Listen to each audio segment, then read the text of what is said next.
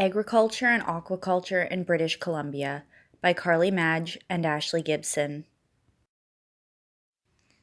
Aquaculture is the farming of fish, crustaceans, mollusks, and other marine organisms.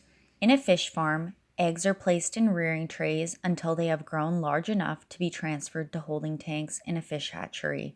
After about 1 year in a hatchery, the fish are transferred by tanker trucks and live haul vessels directly to saltwater farms.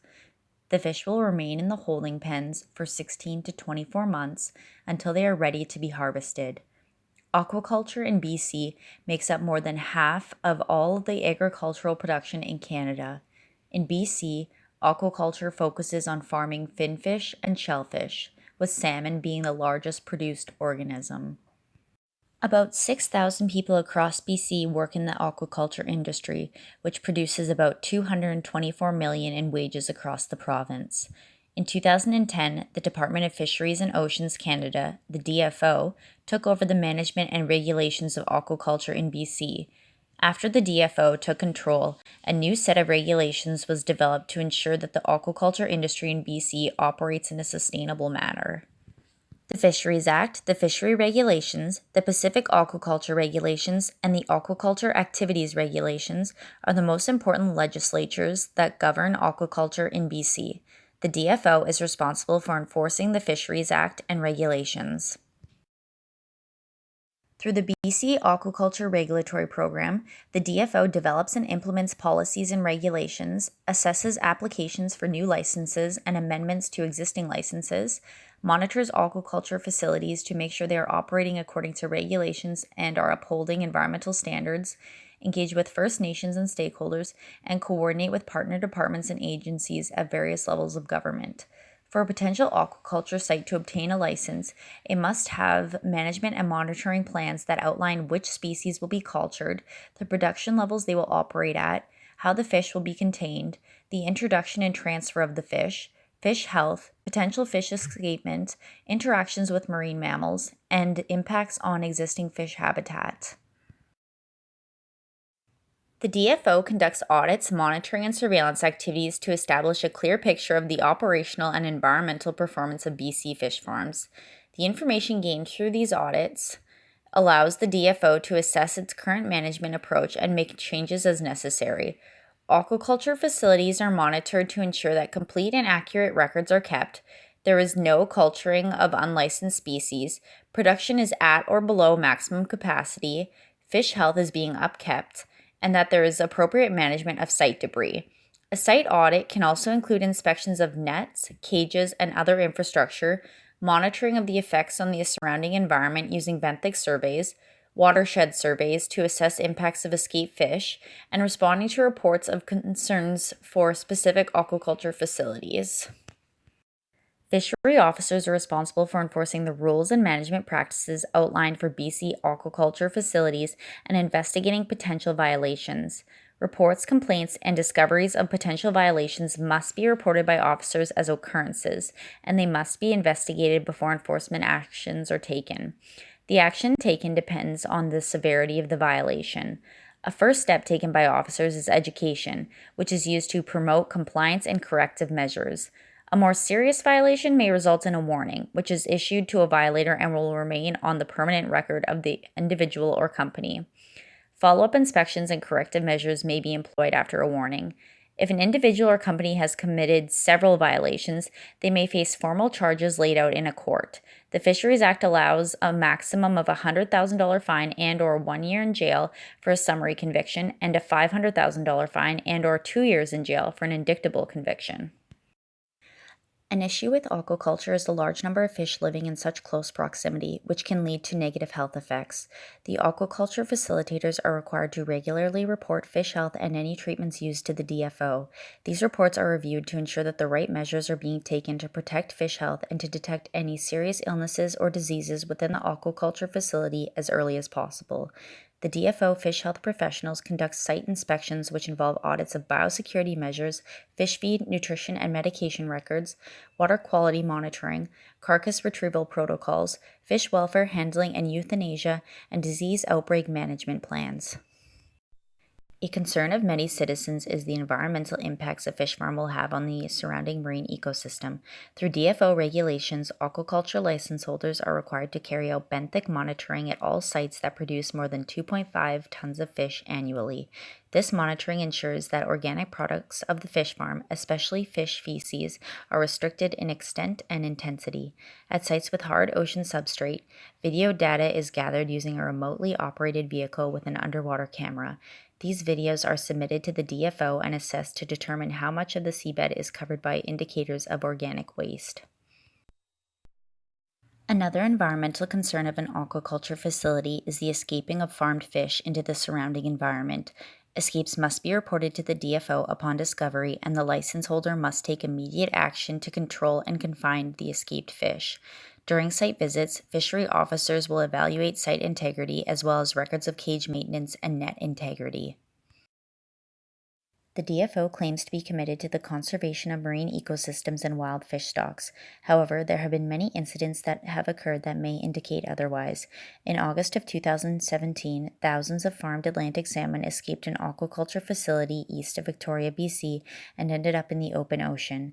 These fish are considered an invasive species, and there are many risks associated with their introduction into the wild, including predation, spread of disease and parasites, hybridization, and the potential for the Atlantic salmon to outcompete the naturally occurring Pacific salmon. The license holder of the aquaculture facility stated that the salmon were able to escape the holding facility due to abnormally high tides. However, considering that this fish farm was located in the ocean, where tides can have extremely large variances, it seems this is something that should have been considered in the construction and management of the facility. This escape is not an isolated event, and many scientists believe that open-net aquaculture facilities pose too many risks and have too high of a potential for escaped fish.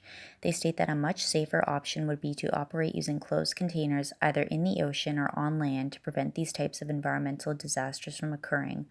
Aquaculture will continue to grow in BC, so better management practices will need to be enacted to minimize the effects of fish farms on their surrounding environments and organisms.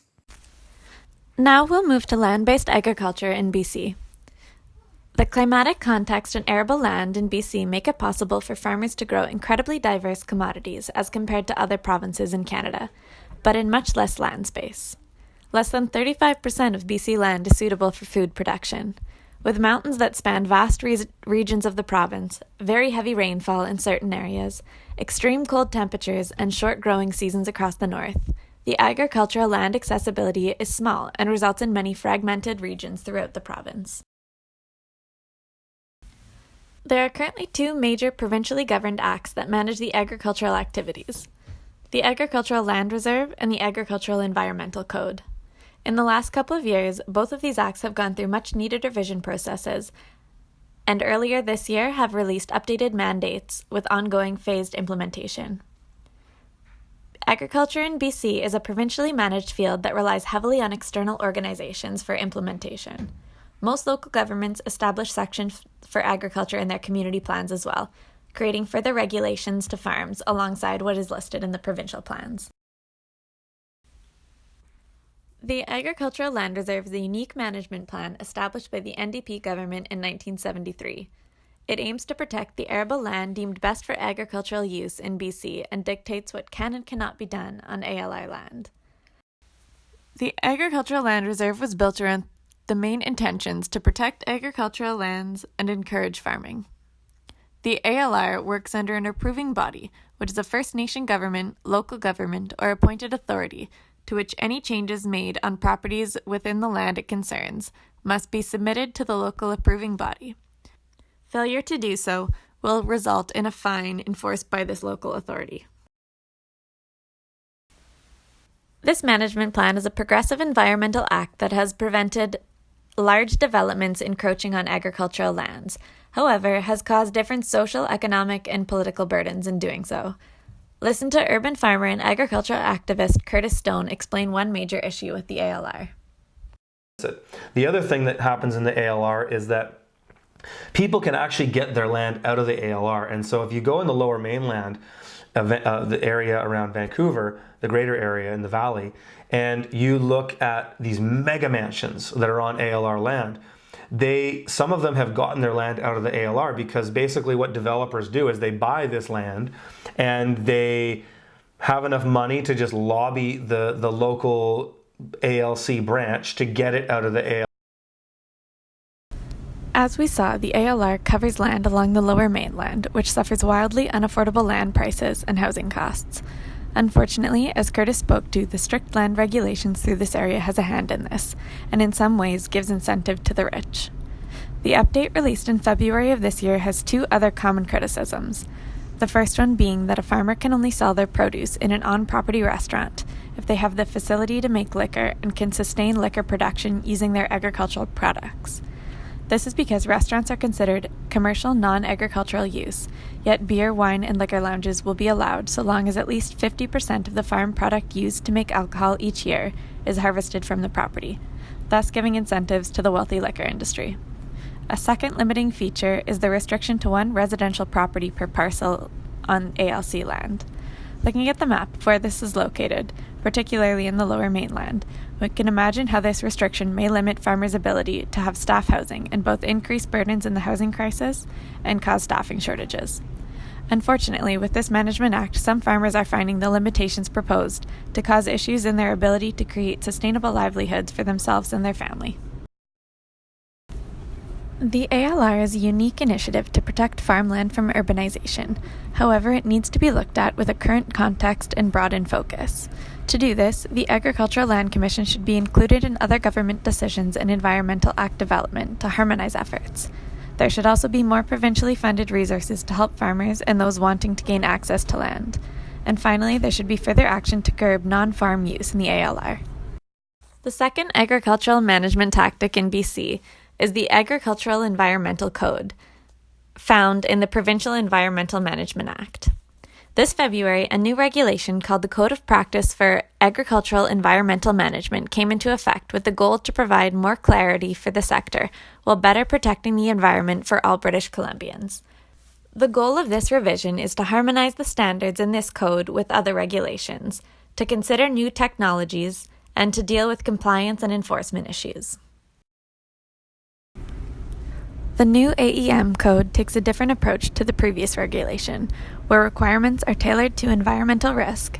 Farmers will need to collect soil samples to determine what measures need to be taken.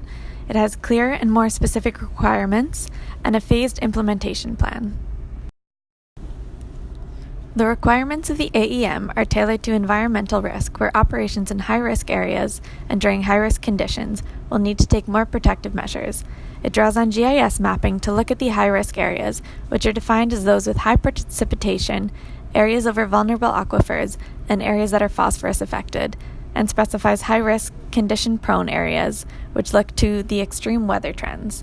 The BC government website outlines interactive maps to see if your area falls in one of these vulnerable categories. A main factor this plan fails to include is the associated costs. As a solution to this, the BC government implemented the Environmental Farm Plan program. If you have farm status, you may be able to access the services and resources under this program. Unfortunately, it's very competitive and often fully subscribed. Other independent organizations, such as the Young Agrarians, offer some guides, individual advising, and funding help, but are often in equally high demand. There's still no clear evaluation on the economic impact the AEM will have. There should be greater push for governments to provide additional resources to help farmers implement the changes required by this new regulation. Another major limitation is the lack of enforcement. With no monitoring, evaluation, or auditing system, we struggle to know the effectiveness of the AEM, and ultimately it then just comes down to reliance on voluntary actions. Finally, there should be greater focus on climate change adaptation, as well as meeting the needs of the vastly increasing population. The plan offers mitigation tactics to environmental damage, but does not reflect adaptation or long-term thinking. Due to this, the plan looks at damage to the water systems, but the category of water usage is left out. There should be a push for how to balance the demands for water while producing the foods, goods, and power needed for the future.